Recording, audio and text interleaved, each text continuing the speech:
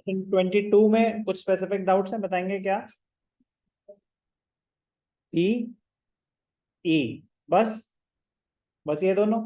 ठीक है, ध्यान से देखेंगे, फिर मैं कुछ और डिस्कस नहीं करूंगा, तो कोई भी एक पार्ट प्लीज साइड में रख देते हैं, सुनने पे ध्यान देंगे।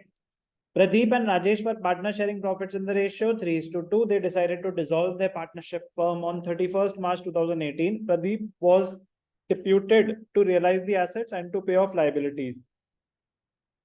ऊपर पढ़ लिया करो, कभी कभी एक एडजस्टमेंट तो ऊपर से निकल जाती है, हमें लगता है कि अच्छा हाँ ठीक है 3:2, यही बताया होगा और क्या बताएंगे? प्रॉफिट शेयरिंग रेशियो ही तो दिया होता है बैलेंस शीट के ऊपर, ऐसा कुछ भी नहीं। He was paid 1,000 as commission for his services. The financial position of the, तो कमीशन की कहानी है, उसको अपॉइंट किया हुआ है, and was to pay off the liabilities. He was deputed to realize. ये कहीं नहीं लिखा कि he was to bear these expenses. ये कहीं नहीं लिखा सर, इतनी सारी मेहनत वो कर रहा है, realize the assets, pay off, वो liabilities pay off कर रहा है, आप expenses छोटी बातें नहीं, बड़ी clearly mentioned होगा he was supposed to bear these expenses. वो तो ये सब चीजें असिस्ट करा रहा है, डिसोल्यूशन की सर्विसेज प्रोवाइड कर रहा है, जिसके लिए हम उसको कमीशन दे रहे हैं। इसका मतलब ये नहीं कि he is suppose to bear these expenses, be careful. तो इसकी एंट्री तो रियलाइजेशन टू प्रदीप कैपिटल हो जाएगी। इसमें किसी को डाउट डाउट आया? बाकी प्लीज, मैं कुछ और डिस्कशन ही नहीं कर रहा, बाकी मतलब आपको सब कुछ अच्छे से समझ आ गया है। किसी ने कुछ भी और कोई पॉइंट पूछना है? आईएफएफ, पार्टनर्स लोन, पार्टनर की बीवी का लोन, पीएनएल, कोई भी चीज? चलो सुनने पे ध्यान देंगे प्लीज, आराम से बंद कर देंगे रजिस्टर्स को, बाद में कंपेयर करेंगे, अभी रजिस्टर्स बंद होने चाहिए, सिर्फ सुनने पे ध्यान देना। Half of the debtors realise 12,000 and remaining debtors were used to pay 25% of the creditors. तो जब भी ऐसा हो ना, आधे के साथ ये हुआ आधे के साथ हुआ, आप वर्किंग नोट बनाए, आप वर्किंग नोट बनाए। तो वर्किंग नोट नंबर 1, कहानी डेटर्स की, कहानी डेटर्स की। डेटर्स हैं कितने?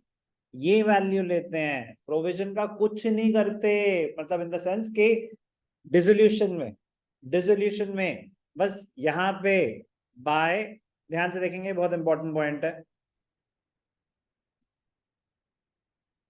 यहाँ पे आता है टू सन्ड्री एसेट्स,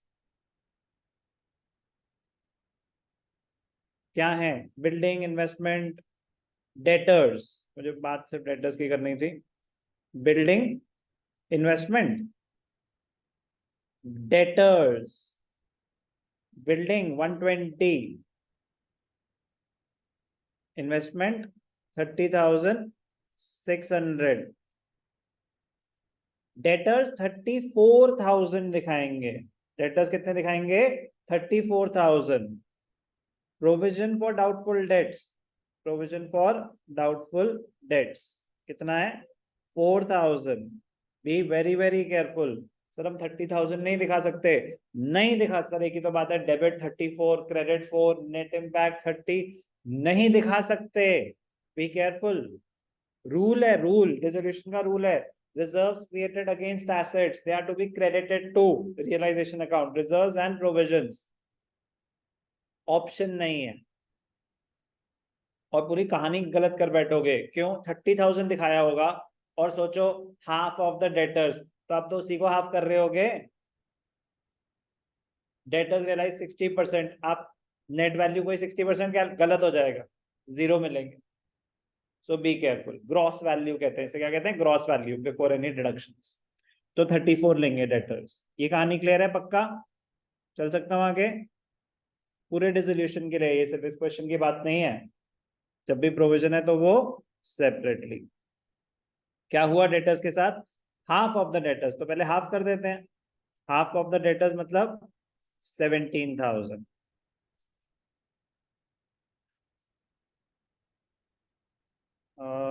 फिर कुछ हो रहा है?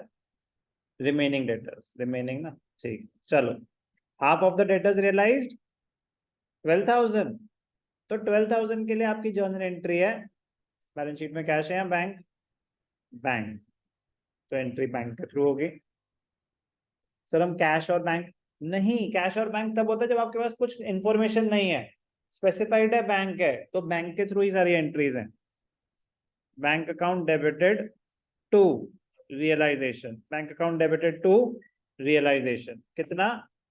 12,000। खड़े रहेंगे लास्ट रो में। Bank account debited to realisation. अब ध्यान से देखना, रिमेनिंग हाफ का क्या हुआ?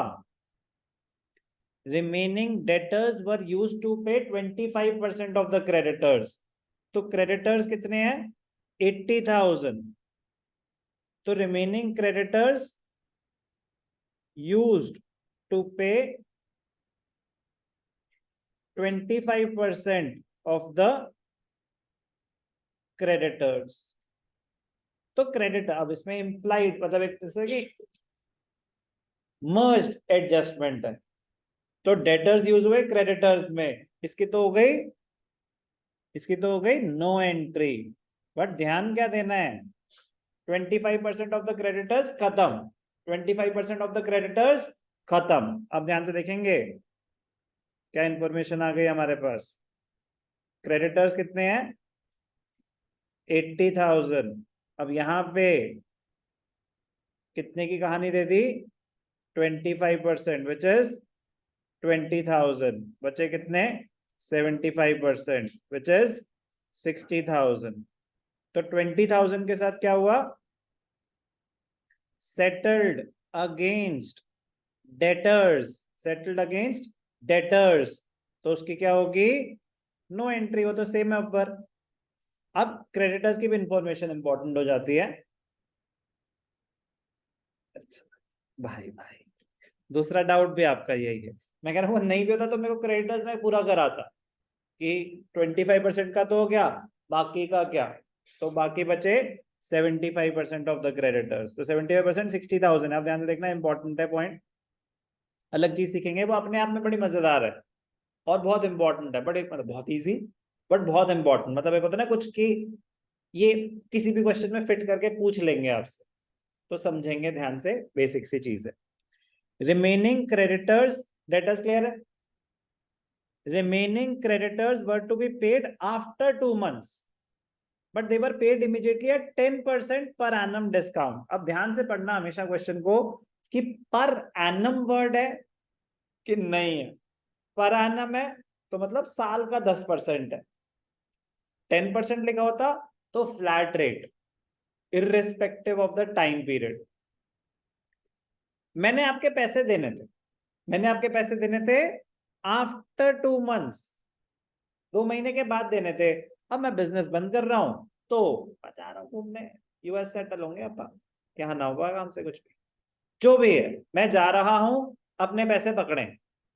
तो 2 महीने बाद पेमेंट ड्यू थी, मैं आपको अभी पेमेंट कर रहा हूं, तो मुझे डिस्काउंट मिल रहा है 10% पर एनम के हिसाब से। तो ध्यान से देखना, इजी सी चीज है। रिमेनिंग क्रेडिटर्स, तो डिस्काउंट कैसे कैलकुलेट होगा वो है बस कॉन्सेप्ट। तो डिस्काउंट कैसे कैलकुलेट होगा? डिस्काउंट कितने पे मिलेगा? 60,000 पे। रेट ऑफ इंटरेस्ट क्या है? 10%। The payment was made 2 months before the due date. 6 months का क्वेश्चन आ सकता है, 3 months का आ सकता है, कुछ भी आ सकता है। वो उनकी वेरिएशन हो गई। क्या वेरिएशन है? कॉन्सेप्ट सेम है कि आपकी पेमेंट बाद में ड्यू थी, आप अभी पेमेंट कर रहे हो ड्यू डेट से पहले, तो आपको डिस्काउंट मिलेगा, उतने कम देने पड़ेंगे। तो कितने कम देने पड़ेंगे? 2 months के हिसाब से आप डिस्काउंट निकाल लेंगे।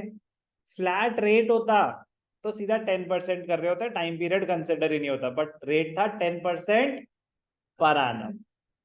तो 60,000 का 10% 6,000, 6,000 1/6 1,000, डिस्काउंट कितना हो गया? 1,000। तो पेमेंट कितनी करी होगी? 59,000। तो उसकी एंट्री क्या हो जाएगी? Realisation account debited to bank account, कितना? 59,000। क्लियर? कोई भी डाउट? अच्छी एडजस्टमेंट है, मुश्किल नहीं है, बेसिक है और बहुत इंपॉर्टेंट है, बहुत इंपॉर्टेंट है। वर्किंग नोट बनाना आना चाहिए। सर इसमें तो टाइम वेस्ट हो, बिल्कुल भी नहीं, जल्दी जल्दी हो, नीटली करना है। आपको लगता है कि नहीं नहीं है उसको हम अनटाइडी करेंगे तो ज्यादा जल्दी होगा, ऐसा लगता है, ऐसा बिल्कुल भी कुछ नहीं है। आप नीट वर्किंग नोट्स बनाएंगे तो भी उतना ही टाइम लगता है।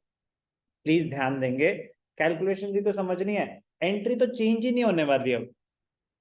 एसेट्स की पेमेंट आ रही है बैंक टू रियलाइजेशन, लाइबिलिटीज को आप पे कर रहे हैं, एंट्री सही है सर, बस अमाउंट थोड़ा 500 600 आगे पीछे हो गया, अबे जीरो मिलेंगे, अमाउंट ही तो चेंज होना है। बात समझ आ रही है? तो अपने आप को ये दिलासा मत देना कि एंट्री तो सही थी, बस अमाउंट गलत था। गलत है वो, जीरो मिलेंगे।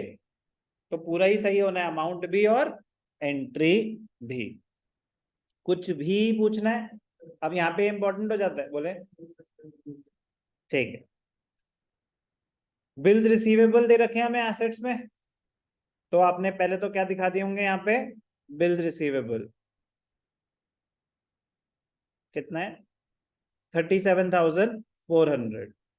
तो यहाँ तो दिखाना ही दिखाना है, आगे कुछ भी हुआ हो उनके साथ, आगे क्या हुआ वो देख लेते हैं। Bills receivable were settled at a loss of 1400, पैसे आ गए, कितने आ गए 1400 कम, बैंक टू रियलाइजेशन 36,000। तो यहाँ पे क्या आ जाएगा, वाई बैंक अकाउंट। अगर आप रियलाइजेशन एक साथ दिखा रहे हैं तो नीचे आ जाएंगे हेड्स, एक एक करके दिखा रहे हैं तो बस यहाँ पे 36,000, इतना कम। हमें तो अग्रीड वैल्यू, हमें तो दिखाना है कितने पैसे आए, तो 37,400 में से 1,400 कमाए तो 36,000 आए। कोई doubt? Realisation expenses amounted to 2,500, तो रियलाइजेशन एक्सपेंसेस किसको बेयर करने थे, प्रदीप को, या प्रदीप को हमने अपॉइंट किया, उसको 1,000 रुपए दिए, श्योर फर्म। यहाँ ऐसा कुछ भी मेंशन नहीं था सर, मेंशन है ना, ही हैज टू पे the liabilities, liabilities, he is to bear the expenses, he will bear the expenses, ऐसा जब तक नहीं है तब तक the firm is suppose to bear them. तो रियलाइजेशन एक्सपेंसेस की एंट्री रियलाइजेशन टू बैंक की होगी 1,000। कोई डाउट? इंपॉर्टेंट है, किसका बैलेंस हो गया था,